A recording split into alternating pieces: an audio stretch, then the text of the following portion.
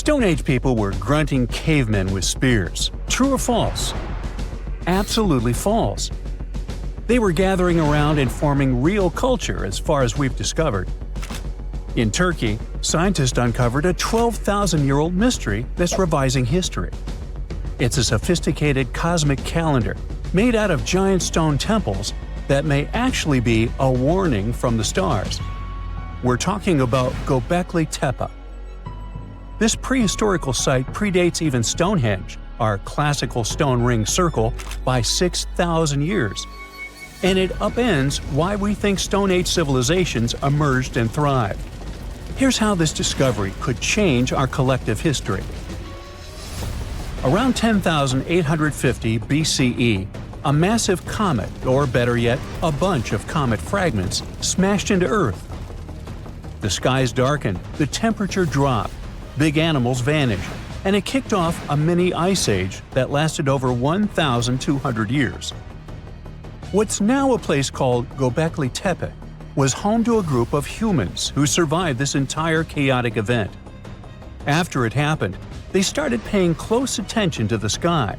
As a way of trying to control time a little bit more, they tracked the movements of the sun, the moon, the planets, and comets. This in turn led them to build a huge lunisolar calendar, the first one in the world.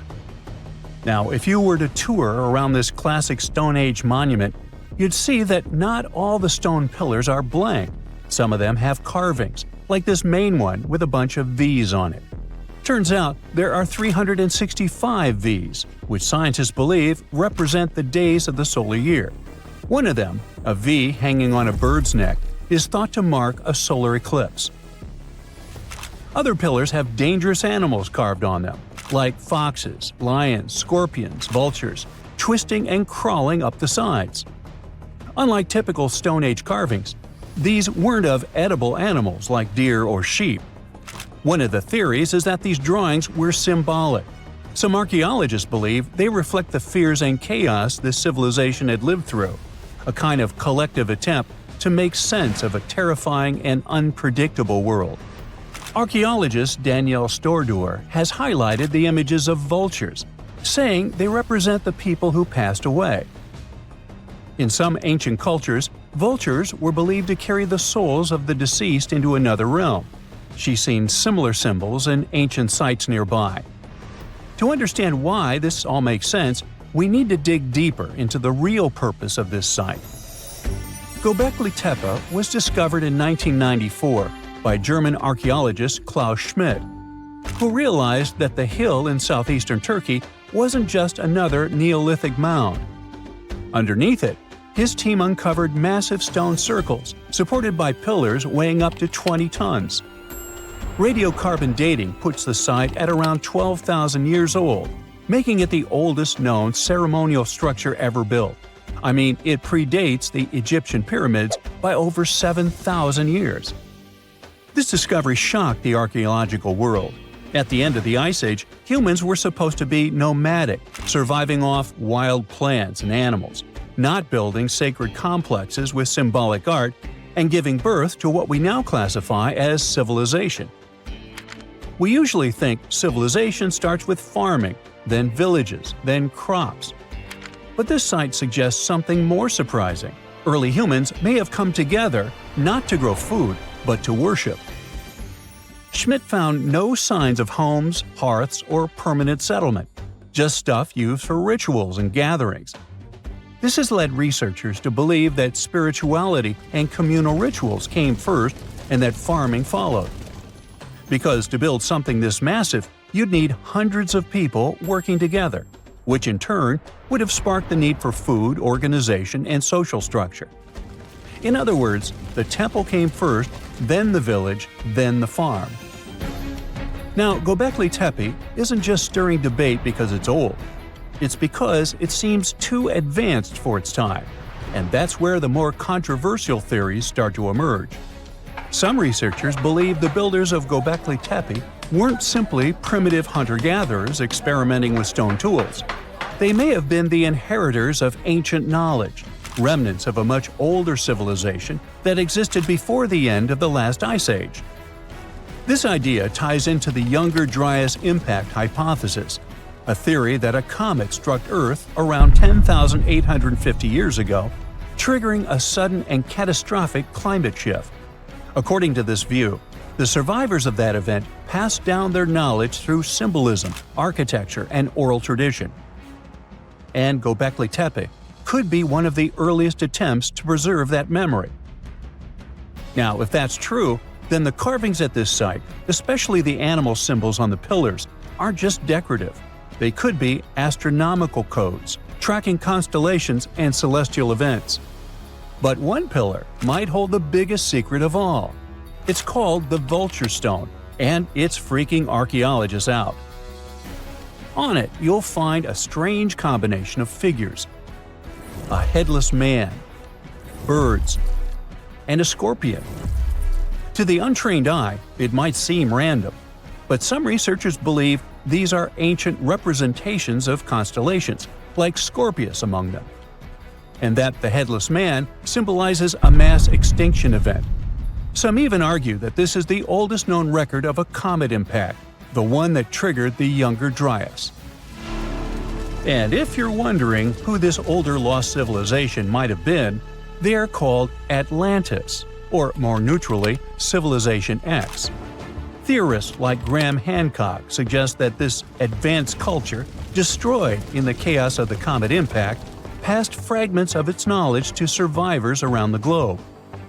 In that case, Göbekli Tepe wasn't the start of civilization, it was the restart. Now, back to the stones. Pillar 43 may look like a celestial calendar at first, but when archaeologists recreated the sky patterns encoded in its carvings, they found a precise snapshot of the sky dating back over 13,000 years. It appears to show a meteor shower, a flood, and humanity's tragic end, aka the Headless Man. A snake rising from the ground might even symbolize tidal waves or destruction coming from below. But the story doesn't end there.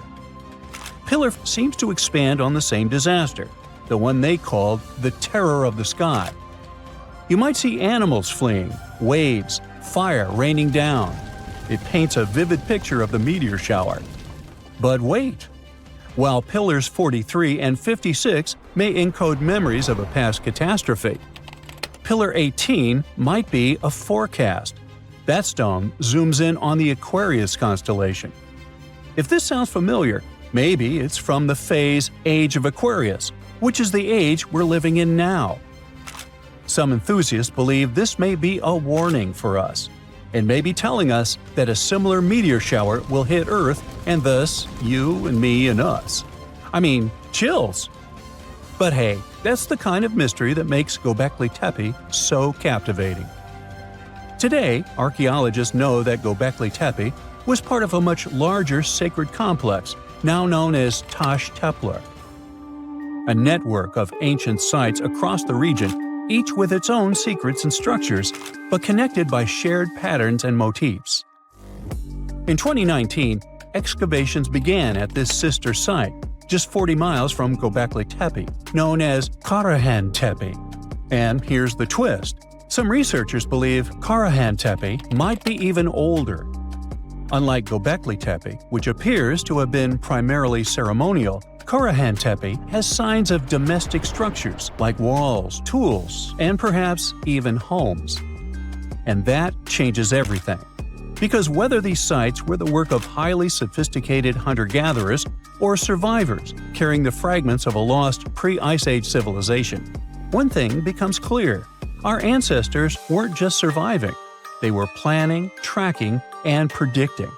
They were far more capable, curious, and connected to the universe than we ever gave them credit for. Eridu, a megacity older than the first known civilization and older than the pyramids of Giza, was buried in the sands of the Mesopotamian desert for over 2,000 years. Now, scientists have made a discovery that changes what we know about the ancient city. They found over 4,000 canals around Eridu that brought water to more than 700 farms where people worked between the 6th and the early 1st millennium BCE. Now, Eridu was founded around 5400 BCE and was the city of the first kings and history's first city according to the Sumerian king list, an ancient text on a clay tablet. Ancient Sumerians believed that deities created this city when they decided to settle on Earth. Eridu plays such a big role in Sumerian myths and legends that, at some point, people used to think it was just a mythical location. The most famous Eridu myth says that the skies got angry because humans were too noisy, so they decided to send a great flood to wipe them out. A new study showed that the Euphrates River served as the source of water for the entire city. The researchers mapped what remains of the ancient landscape and found a well-developed network of artificial irrigation canals. They discovered 200 large main canals pulling water from the Euphrates, and those canals fed another 4,000 smaller canals. The team used everything from satellite images and drone footage to soil analysis, old records, and remote sizing tech to map out the area. The 700 farms that used the water from the system were different in size, from about 5,000 square feet to over 200,000 square feet. The main canals were a little over a half-mile long, and some stretched more than 5 miles. The smaller canals could be as short as 32 feet.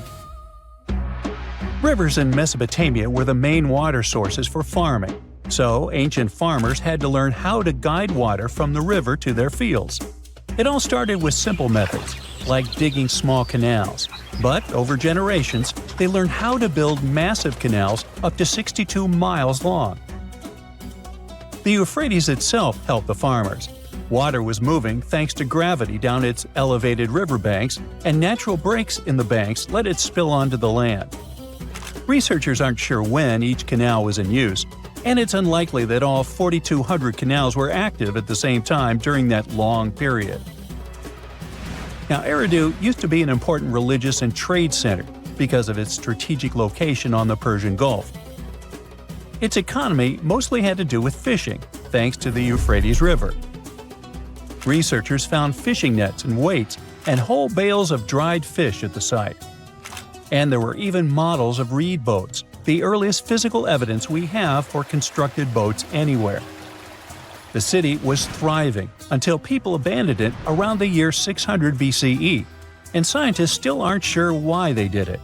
The local residents, plus the visiting pilgrims and merchants, had just exhausted all the resources of the land. They had to let it rest several times before abandoning the city for good.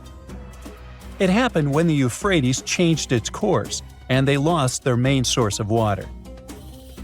Now, many centuries later, in 1854, a British official was on a mission to this area to check out a remote place that had a bunch of mounds called tells, which are piles of debris left behind by ancient human settlements.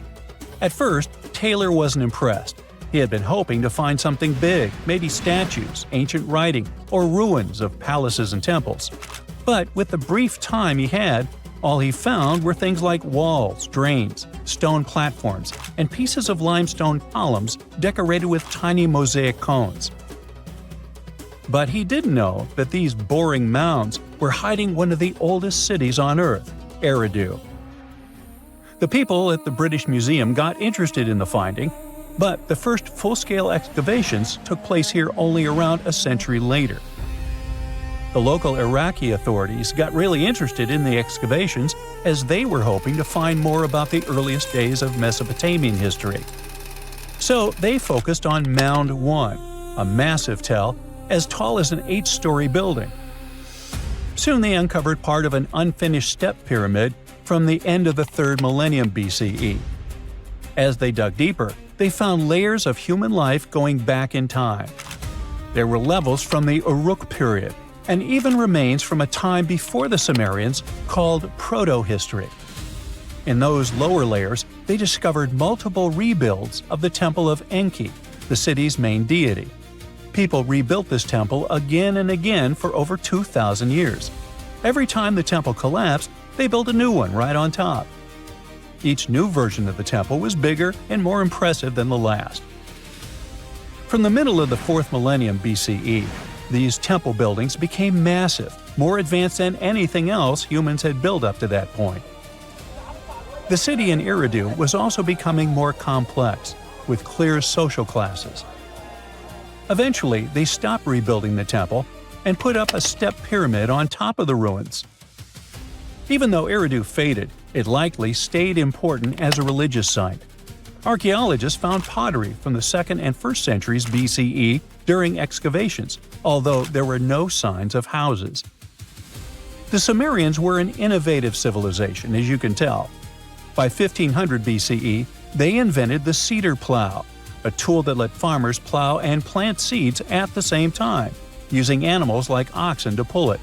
This gear even came with instructions. Ooh.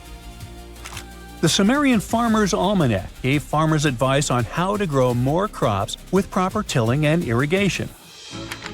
These smart farming tricks helped feed more people, which led to larger cities, an organized ruling system, and more focus on religion. And as their cities expanded, so did their work in writing, math, and spiritual life. 5,000 years ago, the Sumerians had already produced cuneiform, one of the first writing systems in history. So another recent find from the same part of the world proves that bureaucracy existed already 4,000 years ago. Archaeologists found ancient administrative tablets in another ancient Sumerian city. These clay tablets are the oldest solid proof we have of the world's first empire, the Akkadian Empire. The tablets were inside a state archive building made of mud bricks, which had different rooms that acted like offices. Now, before this discovery, archaeologists didn't really understand how the first known empire in the world, the Akkadian Empire, worked behind the scenes. But now, thanks to the recent Gerso excavations, we have the first real and unambiguous evidence of the empire's administrative system. They tracked everything: deliveries, spending, and inventory, from fish to sheep to grains, fabric, and even gems. The tablets also include population records, with names and jobs of men, women, and kids, an ancient version of a census. From these records, scientists found out that women played a key role in Akkadian society. Some women had powerful positions, like high priestesses. The tablets also show a wide range of jobs, from skilled workers like stonecutters to people with simpler roles like temple floor sweepers. Some even included building blueprints, field layouts, and canal maps, proving that the empire had serious organization and planning. Eventually, the city rebelled and gained its independence, and the Akkadian Empire's 150-year rule ended. Now, researchers are carefully cleaning and translating the tablets to fully understand what they say. These new finds will replace older, incomplete ideas about the empire and give us a way more accurate picture of how Akkadian power and the ruling system actually worked. You're digging in Egypt's famous Saqqara necropolis, also known as the ultimate VIP graveyard for pharaohs, when suddenly you find a giant pink door hiding something no one knew existed. Behind this giant stone door, one that wasn't supposed to open, by the way, you find a lost tomb of Egyptian royalty. Alright, history lovers, it's time to buckle up because archaeologists just pulled off something straight out of an Indiana Jones movie. Let's travel all the way to Saqqara, one of Egypt's most mysterious and treasure-packed ancient sites. The star of the show? The prince you've probably never heard of, Prince Userefre, son of King Userkaf. No one important, just, the founder of Egypt's 5th dynasty. No big deal. But the way his tomb was discovered… It all started with a massive door, made of pink granite, no less. But this isn't just a regular stone slab. This thing is about 14 to 15 feet tall and 4 feet wide. A giraffe could easily walk through it. This door is also definitely heavier than your neighbor's SUV. But here's the twist. It wasn't a real door. It was a false door, a symbolic gateway meant to allow the spirit of the deceased to pass between the world of the living and the afterlife. Normally, that's where the story ends. After all, false doors are common in tombs. But this one was extra special. You see, False doors were usually made out of limestone, which was pretty common and found everywhere in Egypt. To build one out of red or pink granite, people had to bring these rocks from a quarry located 400 miles away. And you can bet this wasn't a cheap trip. According to Egyptologists, this is the first time a false door of this size and material has ever been found in Egypt, making it a totally unique piece of architecture. Aside from being super expensive, this one had a surprise behind it too. When the team of researchers investigated further, they realized that this false door actually hid a real entrance. And what did it lead to? A hidden tomb packed with statues, relics, and secrets from over 4,000 years ago. The tomb belonged to Prince Userefre, but you can call him Wasar-Efra or Wasar-Efra too. Despite being totally erased from history, this fella was no minor noble. The hieroglyphs on the pink granite door listed him as the hereditary prince, governor of Buto and Nekeb, royal scribe, minister, judge, and priest of chance. Phew! He was like the ancient Egyptian version of Daenerys Targaryen. These inscriptions not only identify his political and religious roles, but also suggest he held significant power in Lower and Upper Egypt, bridging both regions through his titles. One title in particular, the priest of Saqqara, links him to the deity of the necropolis, the one with the falcon head. This god was the patron of the living and god of the dead at the same time.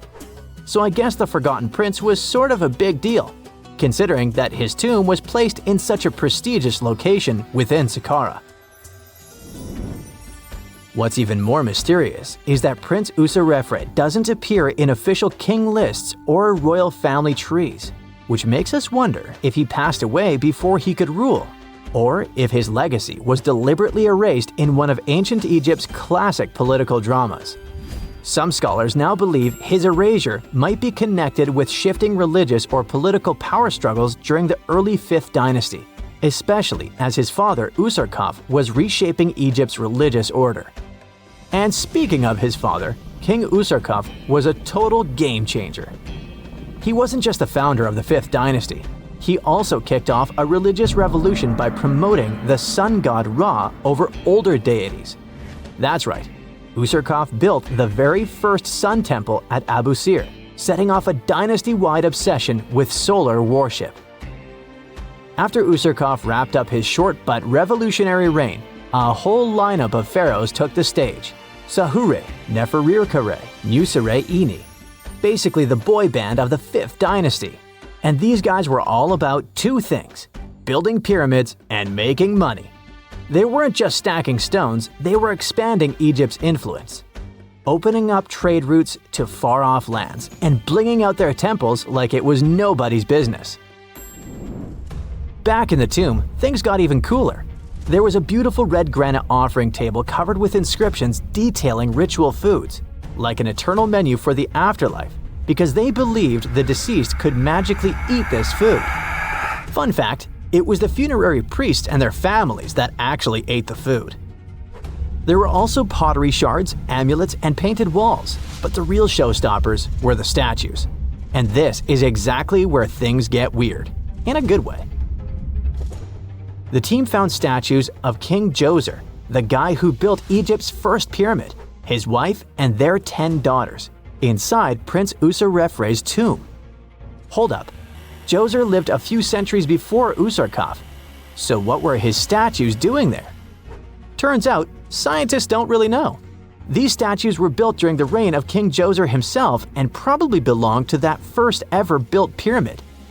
Experts believe these statues were probably relocated during the 26th dynasty, thousands of years after Djoser, maybe to protect them from destruction, or maybe because they were still venerated. Basically, ancient Egyptians were hoarders, but classy ones. Scientists also know for a fact that some engravings and statues found there were made way later, which means that this tomb probably turned into a deposit for fancy stuff. Or maybe this was just really ancient interior decorating. Anyway, that wasn't all. There was another pink granite entrance on the eastern side of the tomb, with inscriptions linking back to King Neferirkare, another 5th dynasty pharaoh who also tried to build his own pyramid, but failed. And near this second entrance, archaeologists found something never seen before in Saqqara: a set of 13 pink granite statues, all sitting in a row on a high-backed bench, like they were waiting at the DMV of the afterlife. Some had elevated heads, probably representing the prince's wives, while others were missing their heads entirely. One black granite statue was found upside down. Maybe it had taken a tumble sometime during the tomb's long, quiet centuries underground. According to archaeologists, the positioning and head shapes suggest that these statues followed a strict social hierarchy, with the central figures likely representing higher status individuals, while the headless ones might indicate unfinished work or later vandalism. And speaking of black granite statues, another one was found standing proudly inside the tomb.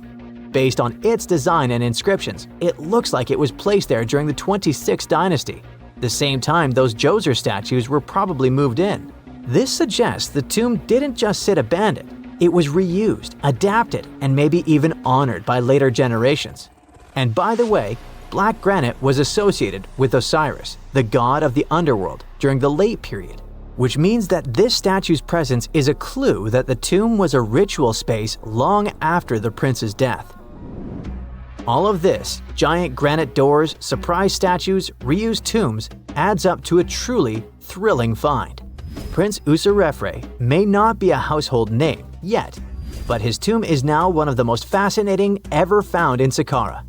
It tells a story not just of the Old Kingdom, but of how ancient Egyptians kept connecting to their past, even thousands of years later. So, what does it all mean? Why hide a tomb behind a fake door? Why pack it with statues from different eras? And who exactly was Prince Userefre? These are the kinds of mysteries that keep archaeologists digging and keep the rest of us fascinated. In the end, this discovery isn't just about one tomb, it's about how much is still waiting beneath the sands of Egypt. As more gets uncovered, we're reminded again and again that ancient history isn't gone. It's just sleeping behind massive pink granite doors.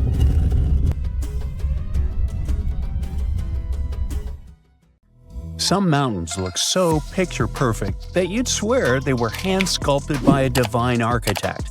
And the thing is, you're not that wrong if you think so. Wait, did someone really build mountains? Hidden deep in the Amazon rainforest, there's a bizarre cone-shaped peak that raises that exact question. And halfway across the world, there's a landscape that looks like someone spilled a massive bag of Hershey Kisses across a green field. No, you can't make this stuff up. Get ready to learn what would happen if a Hershey's Kiss and the Road to El Dorado movie had a baby in real life, because we're diving into two of the most mysterious and oddly satisfying natural formations on Earth: Cerro El Cono in Peru and the Chocolate Hills in the Philippines. One might be an ancient lost pyramid, and the other turns into chocolate every year. Well, sort of. Let's start with El Cono.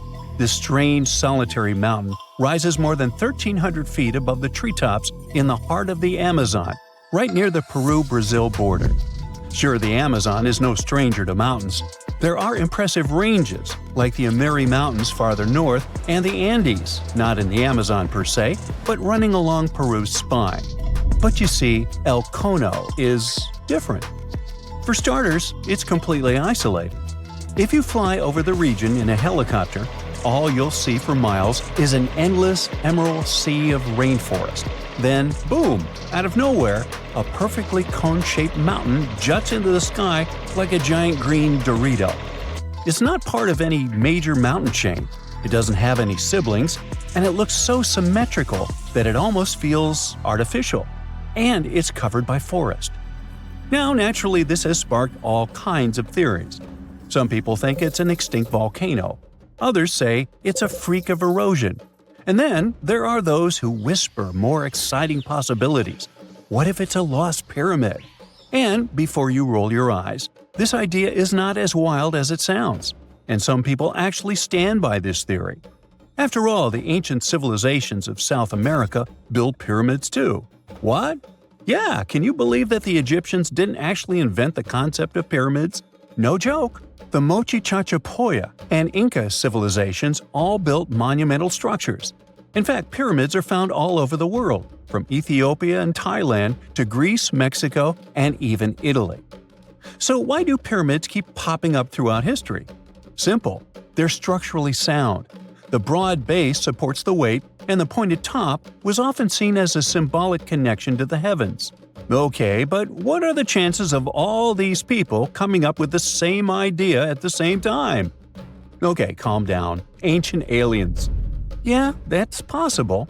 But as it turns out, ancient people did talk to each other via trade, migration, and cultural exchange. Ideas like pyramids didn't need to come from a secret one-world civilization. They just came from smart, curious humans scattered across the globe, all looking up at the stars and wondering how to get closer. In fact, recent archaeological discoveries have revealed massive ancient cities deep in the jungle that were completely swallowed by nature. In Guatemala, scientists uncovered a lost Maya city with its own pyramid structures. In Mexico, an entire metropolis was found buried beneath forested hills. So yes, humanity can forget an entire city. Take another look at El Cono from the air, and you might start believing it too. Its slopes are smooth. Its symmetry is uncanny. From above, it resembles a colossal step pyramid or ziggurat, cloaked in jungle vines and secrecy. And if someone told you it was the moss-covered remnant of an ancient civilization, you might just nod and say, "Yeah, I see it." Of course, no one's proven anything yet, but the mystery is delicious. Like a myth waiting to be cracked open. At the same time, for people who live nearby, El Cono isn't just a geological curiosity, it's sacred. In Andean cosmology, mountains like El Cono are known as apus, spiritual guardians of the land. These aren't just rocks, they're living beings, protectors, deities. Think Tifiti from Moana, but South American and a little more mysterious. The indigenous tribes in the region still pay their respects to this mountain, treating it not as a tourist attraction, but as a sacred ancestor. And while everyone's busy debating whether El Cono is a mountain or a pyramid, nature's just vibing. The area surrounding El Cono is now part of Sierra del Divisor National Park, created in 2015 to protect one of the richest ecosystems in the Amazon. We're talking about rare plants, hundreds of bird species, many types of monkeys, and endangered animals like jaguars, giant armadillos, and even tapirs, the jungle's adorable pig-elephant hybrid. And yes, there are caves, springs, and even undiscovered ruins hidden deep in the forest around El Cono. So, what is El Cono really? Some geologists think it's likely a volcanic cone based on its shape. That's the official word from UNESCO anyway. Others argue it's a rare example of erosional geomorphology, a fancy way of saying wind, water, and time teamed up to carve a perfect mountain out of the landscape. Like geological origami, shaped by millions of years of natural forces. But the truth is, we don't know. Not for sure. Not yet. Until someone launches a respectful science-based expedition with drones, ground-penetrating radar, and a green light from the local communities, El Cono will keep its secrets. And maybe that's the best part. Sometimes it's mysteries that make the world feel truly magical. Now, let's jump onto a metaphorical plane and head to the Philippines, where the mystery continues and gets a little sweeter. Spread across more than 20 square miles, there are between 1,200 and 1,700, or even more, perfectly shaped hills that look like chocolate kisses. Like seriously. In the dry season, the grass turns brown, and suddenly, it's like someone dropped hundreds of Hershey kisses all over the landscape. Sweet, right? These are the Chocolate Hills, duh. And they're some of the Philippines' most iconic natural wonders. From afar, they look almost too symmetrical, like some alien landscaper came down with a measuring tape and a sense of humor. But how did they get here? Well, according to scientists, the Chocolate Hills are a rare type of karst formation, a term used to describe landscapes formed when slightly acidic rainwater dissolves soft rock like limestone. In this case, the hills were once coral reefs and marine limestone that were pushed above sea level by tectonic forces. Over time, the exposed rocks got eroded by wind, rain, and underwater rivers, leaving behind this stunning army of symmetrical mounds. It's a geological marvel millions of years in the making. But science isn't the only explanation in town. Local legends are more fun. One story says the hills were formed when two giants got into a rock-throwing fight, launching boulders at each other until they collapsed in exhaustion, leaving the landscape littered with mounds, just like that one scene from the Hobbit movie. Another tale speaks of a heartbroken giant whose tears turned into earth, forming the hills as a tribute to his lost love. Oh. Today, the Chocolate Hills are a National Geological Monument and a major tourist attraction in the Philippines. They're also being considered for UNESCO World Heritage status, because, really, where else can you find such a naturally satisfying mix of geology and dessert? If you ever want to visit, it's pretty easy. Fly into Boho Palango International Airport or take a ferry from Cebu, and then head to the towns of Carmen, Batuan, or Sambanga. There are designated viewing decks, eco-parks, and even ATV tours that will let you explore the hills up close. So, whether you're chasing lost pyramids in the jungle or climbing a mountain that turns into chocolate in the summer, the planet still has places that surprise and delight.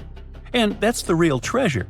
Sometimes, nature's weirdest, most beautiful shapes aren't hiding aliens or ancient tech. They're just proof that Earth has a wild imagination. For over 3,000 years, no one knew this place even existed. And then, out of nowhere, archaeologists digging near Alexandria uncovered something absolutely shocking: a forgotten Egyptian city. This place is buried under Greek ruins, hiding secrets that could rewrite the history of pharaohs and their armies. And one of the artifacts, which looks like a simple wine jug, changed everything. We thought that we already placed all the important parts on the map of ancient Egypt: pyramids, Thebes, Luxor, Alexandria. But nope, the map just got an update. The new city was a big deal, and it's about 3,400 years old. It's just been discovered at the site called Kom el Nugus. This place is located west of Alexandria and tucked between the Mediterranean and a saltwater lake called Lake Mariut. This discovery raised a few eyebrows. Scientists thought that this place used to be empty and that it was only settled by the Greeks in about 332 BCE. But it turns out that people lived in Kom el Nugus way before that. When archaeologists were digging through Greek ruins, they started noticing something unexpected: mud brick walls. Yep, you know, the pyramid type. That's the kind Egyptians built during the New Kingdom. These mud bricks were made from mud, clay, sand, and straw. These ingredients were mixed with water and dried in the sun, not baked. Egyptians used them for thousands of years to build houses, temples, palaces, and yes, the pyramids. Of course, other civilizations did use mud brick too, but Egyptian mud brick is kinda quirky. They used straw that grew in their regions, layout styles, and mortar. That's what helped the experts realize that Egyptians used to hang out in Kom el Nugus. That alone raised eyebrows, and then they found more. An entire street layout, buried structures, and even a temple built by Ramses the Great himself. His name speaks for itself. This guy was one of the most famous pharaohs in all of Egyptian history. He ruled ancient Egypt for 60 years, fought huge battles, and just loved building tons of stuff like that temple. People loved him so much that later pharaohs literally pretended to be him or wrote his name on their buildings. That's when archaeologists realized that they weren't looking at some dusty mud bricks of a tiny village. That's an entire buried city. They immediately started digging more. Turns out the whole place wasn't random. It was built with great care. The streets had drains to stop rainwater from damaging the soft mud-bricked walls. There were also small tomb chapels with writings about soldiers. This suggests this place might have been the military base, and that changes a lot. In ancient Egypt, when the military showed up, there must have been a reason. So what was it? Protection? Conquest? control of something important? In the case of this city, it was probably about wine, water, and trade on the edge of the desert. What's even crazier is that we still don't know just how big it was. The team has only uncovered part of it so far. There could be fortifications, warehouses, administrative buildings, or even more religious or royal structures waiting underground. We also don't know what this town was called in ancient times. That name is still buried. But it might be uncovered someday, maybe inside a wall, maybe on a scroll, maybe on another broken jug. One of those already turned out to be a mind-blower. A chunk of a ceramic jar, called an amphora, had a royal seal pressed into it, and that seal bore the name Meredaton.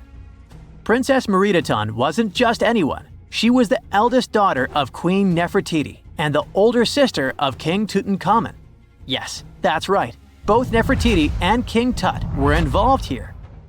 All that was about a century before Ramses the Great built one of his temples here. Looks like the city was founded back in the days of another pharaoh, the pharaoh Akhenaten, husband of Queen Nefertiti, father of Princess Meredaton, and future king Tutankhamun.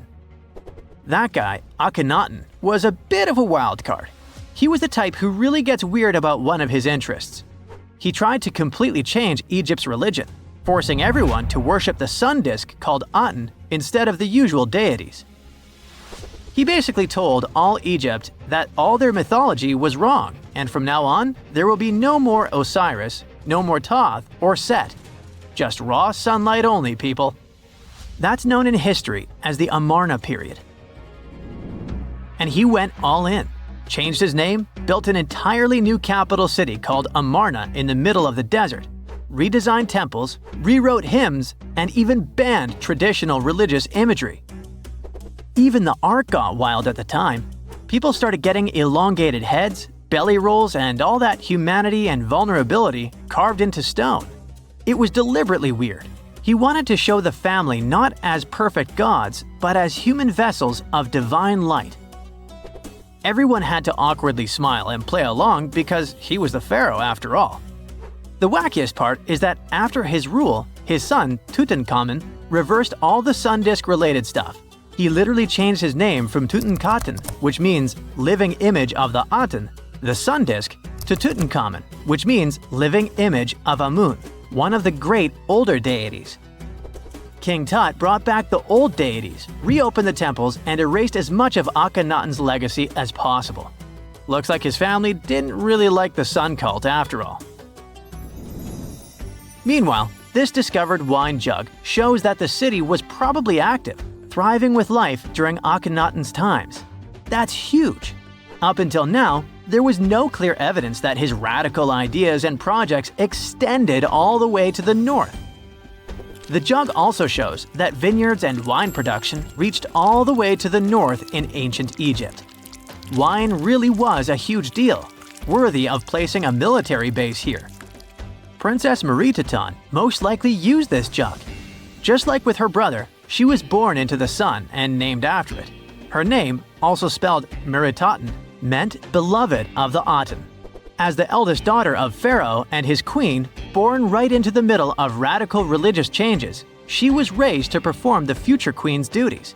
From her earliest years, she walked in temples alongside her mother Nefertiti, shaking the sistrum in solemn rituals. She was there when Akhenaten established his capital city, Amarna. He clearly loved his family. Meredaton's face was etched into its stone walls more than anyone else. In every temple, in every sacred scene, her figure appears, revered. Things get foggy in history after her father passed away. The throne wobbled. King Tut was very young, only 9 years old when he had to take new duties.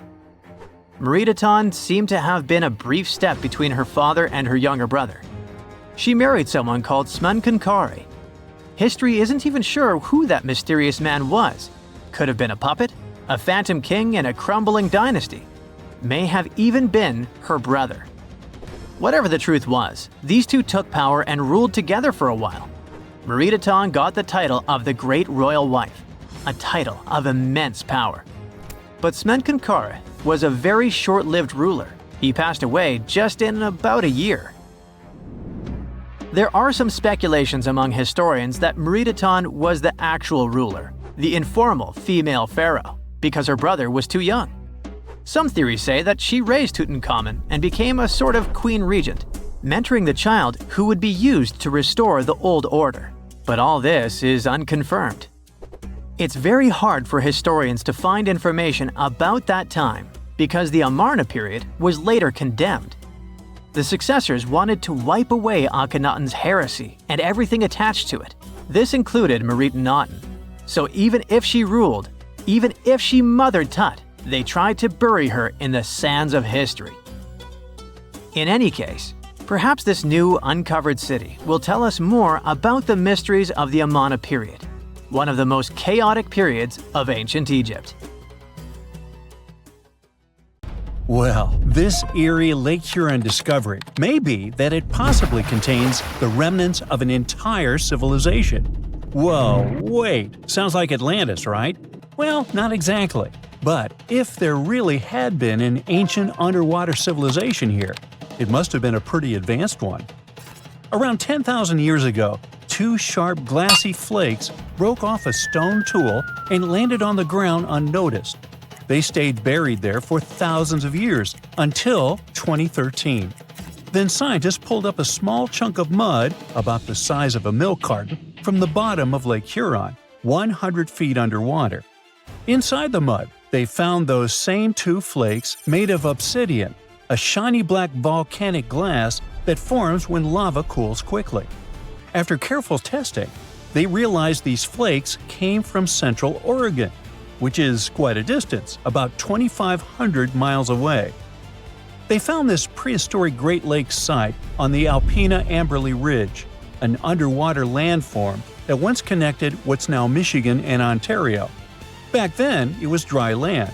Early humans used it to build traps for animals like caribou as the Ice Age faded and the Great Lakes began to form. Now, obsidian was the high-tech material of ancient times. It's super sharp and perfect for making tools. If you study the flakes carefully, it's obvious that humans made them. You can see where they struck them and the feathered edges that come from being carefully chipped. That means people were not only crafting tools here, but they also had access to obsidian that came from incredibly far away. It was likely possible through a huge trade network that spanned across the continent. For over 100 years, people have guessed that ancient societies might have existed beneath the Great Lakes, but no one had proof. That's why work on this submerged archaeological site is so important. A team of researchers has been trying to learn more about the 10,000-year-old ruins and the civilization that left them behind for over a decade now. Lake Huron's icy water acted like a time capsule that helped preserve things for thousands of years. So far, researchers have found not only unique stone tools, but also ancient trees with roots still intact and underwater peat bogs that preserved seeds and leaves. It was like an Ice Age version of Pompeii, a scene frozen in time. These discoveries are also helping scientists create new technologies and ways to do underwater archaeology. They've engaged sonars, underwater robots, and divers so far. Now, it's pretty cool that the tools they found on the Alpena Amberley Ridge were way smaller than other tools from the same era found nearby. That might mean a different group of people lived here, and they had their own unique way of life. Even the peat bogs they found, which are about 9,500 years old, hold secrets. They're full of pine needles, seeds, and leaves that could reveal what the environment was like back then.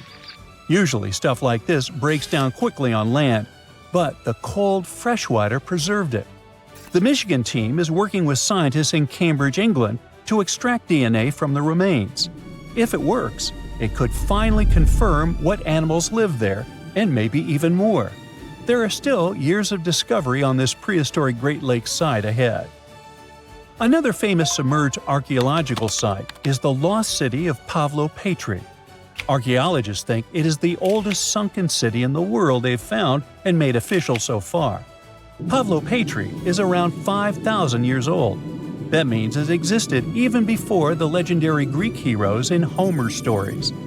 Scientists first spotted it way back in 1904, and then mostly forgot about it until 1967, when Nicholas Fleming rediscovered it.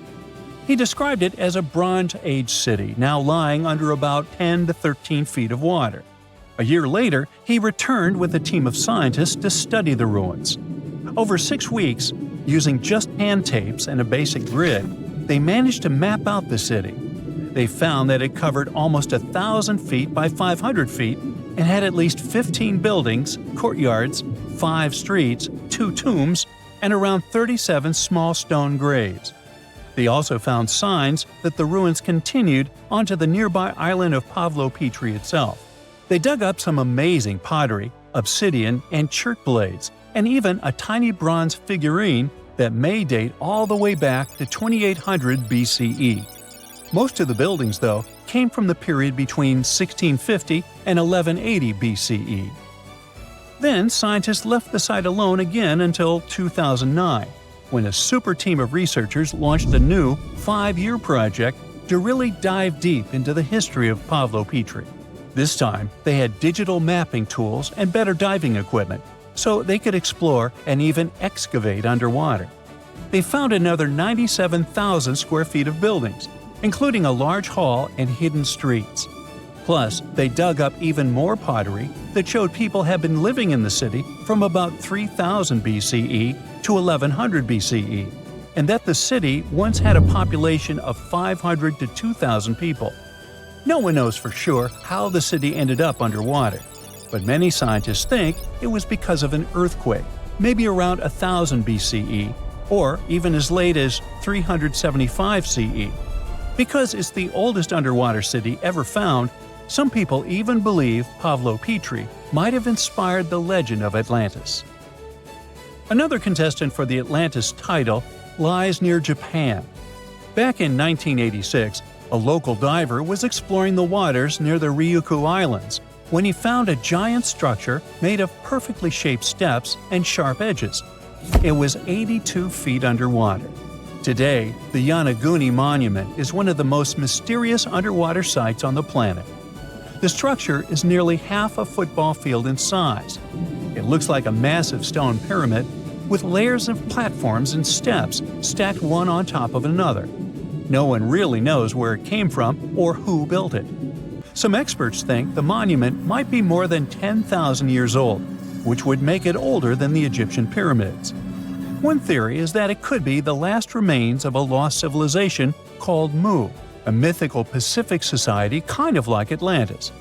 Others believe an ancient culture that lived in Japan as early as 12,000 BCE might have built it. But many scientists and geologists are skeptical about this possible underwater ancient civilization, even though Yonaguni has narrow passageways, arched openings, and right angles that almost look like city blocks. They say that the site looks a lot like natural rock formations, like the Giant's Causeway in Northern Ireland, for example. The whole monument is still connected to a bigger chunk of bedrock, which means it wasn't built piece by piece. And the way the layers of rock are stacked probably has more to do with earthquakes and tectonic movement. It's located in the very active Pacific Ring of Fire. One marine geologist kept going back down there, and every time he found something new. He says he spotted tool marks in the rock, symbols carved into stone faces, and even rock formations shaped like animals. He believes these carvings point to a culture that came from mainland Asia. He said he had identified 10 different structures off Yonaguni, including a ruined castle, a triumphal arch, 5 temples, and even a huge museum. These buildings seem to be connected by roads and channels, and some parts are surrounded by what could be giant stone walls. The explorer believes the city is at least 5,000 years old, based on stalactites found in underwater caves nearby, which would have only formed after the caves flooded. His supporters say they have never seen an earthquake create shapes like this, above or below water. But skeptics blame it all on erosion and insist that whirling underwater currents and sea creatures left holes in the rock. Now, if you want to form your own opinion about it, the spot is open for visitors, and it's definitely a super fun diving experience. Deep inside the heart of the Amazon rainforest lies a cave so massive, it defies logic. Stretching for 2,000 feet, this tunnel is so big a human could easily walk around inside of it. Its walls are etched with deep, mysterious claw marks. But this is just one of many. If you travel to the south of Brazil, you'll stumble upon over 1,500 similar caves, ranging from modest tiny burrows to massive passageways. These are not your average spooky, bat-filled caverns. They're what researchers call paleo burrows, also known as ancient underground structures dug by creatures so colossal they make modern elephants look small. Whatever creature dug those tunnels displaced 800 elephants worth of dirt. I know, it still looks like a normal cave, but experts noticed this one was special because the walls were too neat and rounded, and the floor was too smooth. Besides, no water or erosion leaves such signs of serious digging power. These Brazilian caves are the largest geological records of animal activity on the planet. It's like stumbling into a prehistoric house made by creatures the size of cars. To unlock this mystery, researchers analyzed the scratch marks on the walls and realized they had probably been made by giant ground sloths, a species called valgipes, which could weigh nearly 9,000 pounds and eat your average annual menu in about 3 days. Despite being huge, these animals were not earthbenders. They had to work in groups if they wanted to dig such long tunnels. This is why scientists believe many sloths shared the same tunnel and dug it together. Even some giant armadillos may have helped with the digging. After all, they were ridiculously skilled excavators and lived there too. Okay, but why would a giant sloth or armadillo need a 2,000-foot-long underground lair? Great question. And the truth is, scientists aren't totally sure. It doesn't make sense for them to dig tunnels this massive just to escape predators, especially since the tunnels were big enough for a saber-toothed tiger to crawl in, for example. So, unless they installed prehistoric security systems, this theory has holes. Haha, pun intended. The best bet is probably climate. Back then, everything was drier and colder, and some species of giant sloths were living their best lives back when Earth was transitioning between cold and warmer periods. Their big bodies usually protected these animals from temperature changes, but drastic fluctuations probably made them hide in order to survive. Besides, just like modern sloths, giant sloths probably had a hard time maintaining their body temperature, and going underground for a while is a great way to protect your babies and save some energy. After all, the bigger you are, the more energy you spend. Some scientists believe these tunnels might have had rotating tenants. One sloth moves in, digs a bit, leaves some scratch marks, moves out. And sometime later, another one crashes there and adds its own decor touches. A hostel for ancient megafauna. All evidence points to a more timeshare situation than a prehistoric private property. After all, these creatures weren't exactly social butterflies. Most sloths and armadillos usually keep things strictly one-on-one, just mom and baby. Yeah, dad sloth stuck around only for the good part. But you probably noticed one tiny detail here. These guys are not around anymore. They went extinct 11,000 years ago, right around the time humans started to get popular on Earth, when another ice age was ending. In fact, 80% of all mammals that were heavier than 2 pounds disappeared then. The first culprit is, of course, the usual suspect: humans. Around 10,000 years ago, a wave of skilled hunters using distinctive tools like spear points spread across North America. The theory goes that American animals weren't used to this new predator, making them easy targets. Once the big plant eaters started vanishing, the big meat eaters followed. They didn't have enough food to survive, and it wasn't just excessive hunting that caused some damage. Early humans may have also harmed ecosystems in ways that made survival harder for large species. But wait, there's another suspect: climate change. Around the same time, Earth's climate got a major shakeup. The climate was going from super cold to only slightly cold. Just so you know, Earth's temperature was about 46 degrees Fahrenheit, making seasons change and plants perish. And if plants are no longer around, big animals that eat them, like our friends giant sloths, have less nutrition, making them even more vulnerable. Many scientists now think that both human impact and climate change played a role, just in different ways depending on the region. In some places, humans may have tipped the balance. In others, nature itself did the job. Either way, it was a perfect storm that ended the age of giants. Turns out, being huge isn't always a plus. Giant animals tend to live longer and reproduce slowly, which makes them sitting ducks when disaster strikes. Besides, it takes a long time for these guys to bounce back.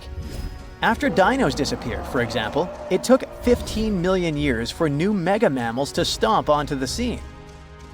The last major extinction happened around 12,000 years ago.